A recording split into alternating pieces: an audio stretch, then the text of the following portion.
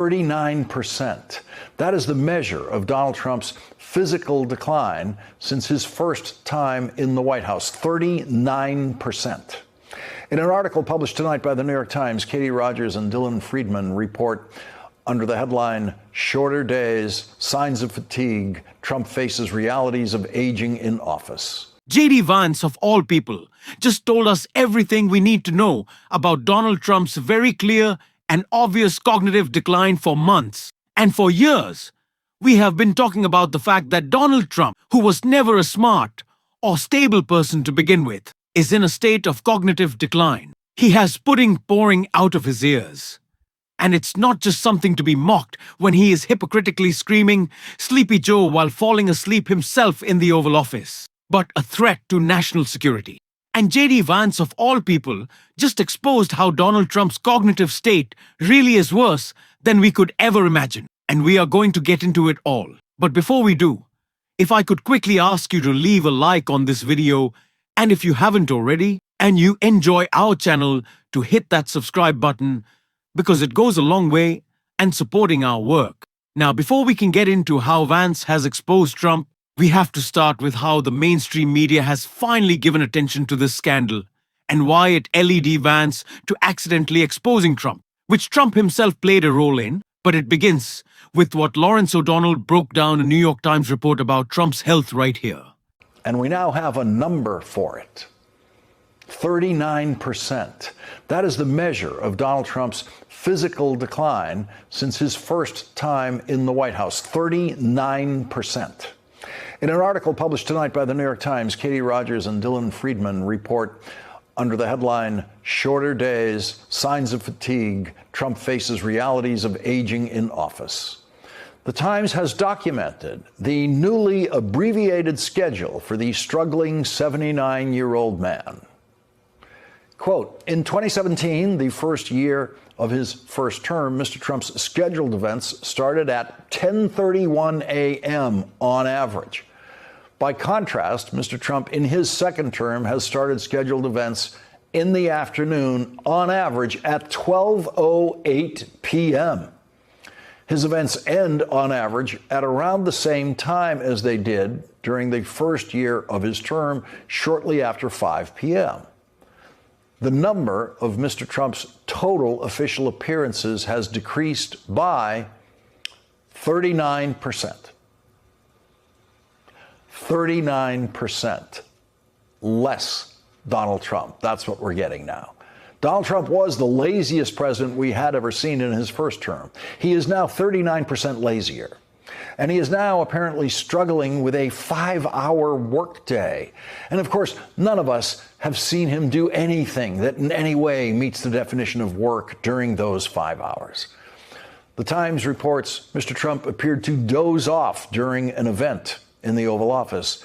And so we are now covering the physical decline and fall of Donald Trump. Last night, I mentioned Donald Trump's age a couple of times when I pointed out that you can see the 79-year-old man who gets very little sleep bewildered about how he is losing his grip on the Republican Party. And there are people who are in full-blown dementia in their early 60s. We all age differently, and Donald Trump is aging just fine for someone who should be watching TV all day and playing golf occasionally, but he's aging terribly for a president. Things have only gotten worse when it comes to Donald Trump's health, and even people in the White House know this right now. And we've been increasingly getting more reports from a mainstream media that will kind of begin to focus on Donald Trump's very clear cognitive decline in the fact that they're talking about how at the RNC he cut his hand and was bleeding because he high-fived Pam Bondi and she was wearing a ring, that Donald Trump's skin is that fragile, that he's taking 350 milligrams of aspirin a day to help out his heart, to thin his blood.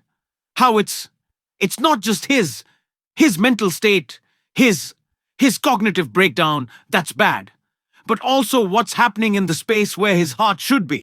In fact, a former White House doctor came out and said just that. And it's important context for why Vance is now exposing Trump in here as doctors expose what's breaking down everywhere else. Something happened. Cardiologist keys in on Trump's secret battery of tests. A former cardiologist for former Vice President Dick Cheney delivered a blunt assessment on Donald Trump's bizarre aspirin regime, blasting his explanation as nonsense and suggesting something nefarious must have happened to warrant a team of medical doctors studying the president. So Donald Trump is randomly being reviewed for all sorts of, and I'm gonna put that in quotes. Actually, he's randomly being reviewed for all sorts of medical ailments. Doctors are just deciding, oh, maybe we should take a test. Or in fact, Trump is the one calling for these tests. And what's interesting about the fact that Donald Trump is now claiming that he is the one asking for the tests rather than the other way around is that it's kind of the whole basis for his argument against the fact that he's not in declining health. He just likes taking the test. That's what Donald Trump has said from the beginning now, that he wants to prove that he's so smart that he can pass a cognitive test. But he's taken the lie a little too far. And now it's involving J.D. Vance. And in that way, J.D. Vance is exposing Donald Trump's cognitive decline. Donald Trump wrote on Truth Social, "The White House doctors have just reported that I am in perfect health and that I aced," meaning was correct on 100% of the questions asked for the third straight time. My cognitive examination, something which no other president or vice president was willing to take. P.S. I strongly believe that anyone running for vice president or president should be mandatorily forced to take a strong, meaningful, and proven cognitive examination. Our great country cannot be run by stupid or incompetent people. Hold on a second. So Donald Trump believes that anyone in the office of president or vice president should have to take a cognitive test. Because before, he's always just said anyone who's president, but now it's anyone who's vice president. So why isn't J.D. Vance?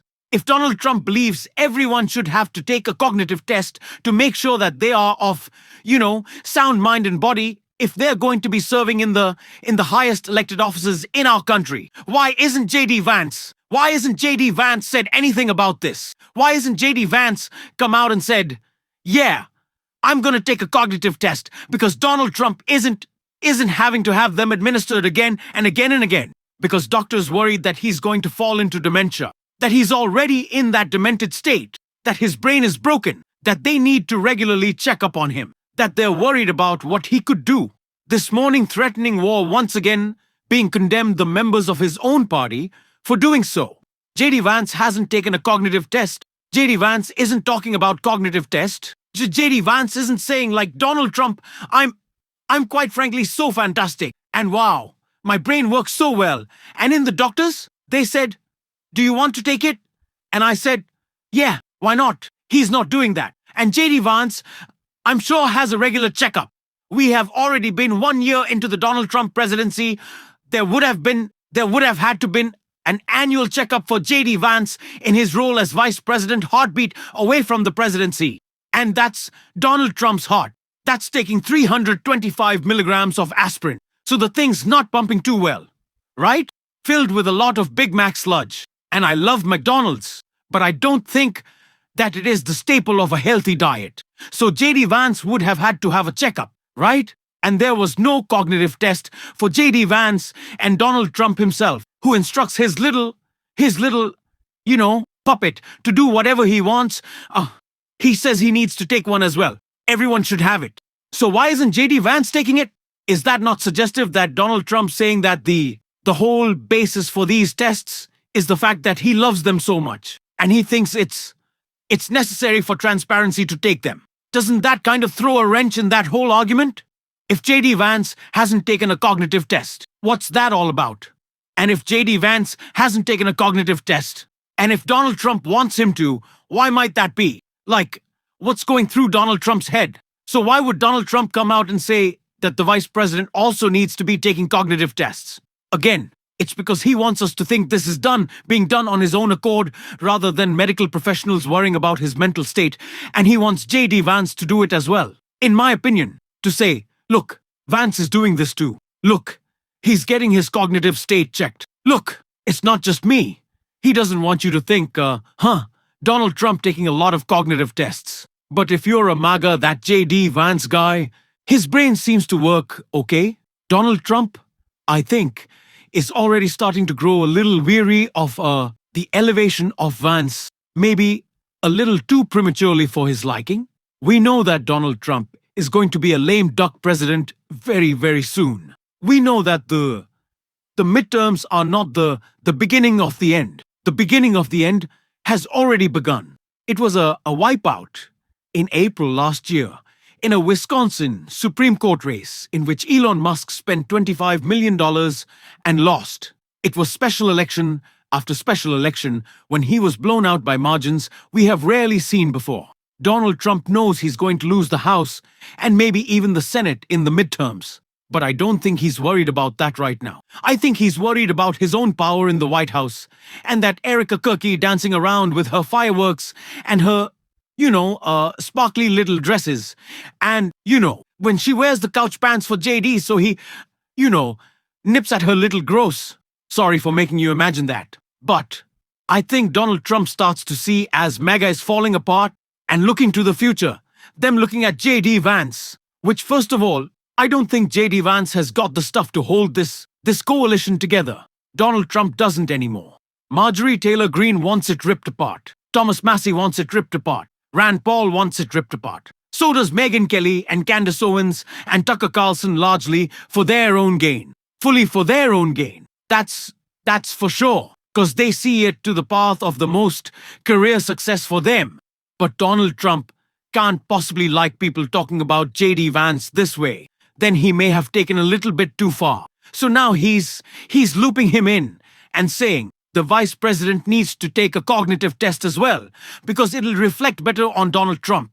And in that way, JD Vance accidentally has revealed everything that we need to know about Donald Trump. That he's not taking these tests on his own accord. That it's not for fun. It's not because he wants transparency, because if he did, Vance would have taken one. It's because there are real problems that are displayed every single day with Donald Trump's cognitive state. And it is putting us in real danger. The man who decides he's going to change the direction of our economy with a single post at 3 a.m. about tariffs here, or new way that he's going to be deregulating the AI industry, or we're going to be going after windmills or whatever. And I agree, because it's putting us all in danger. And clearly JD Vance is the first one to reveal that.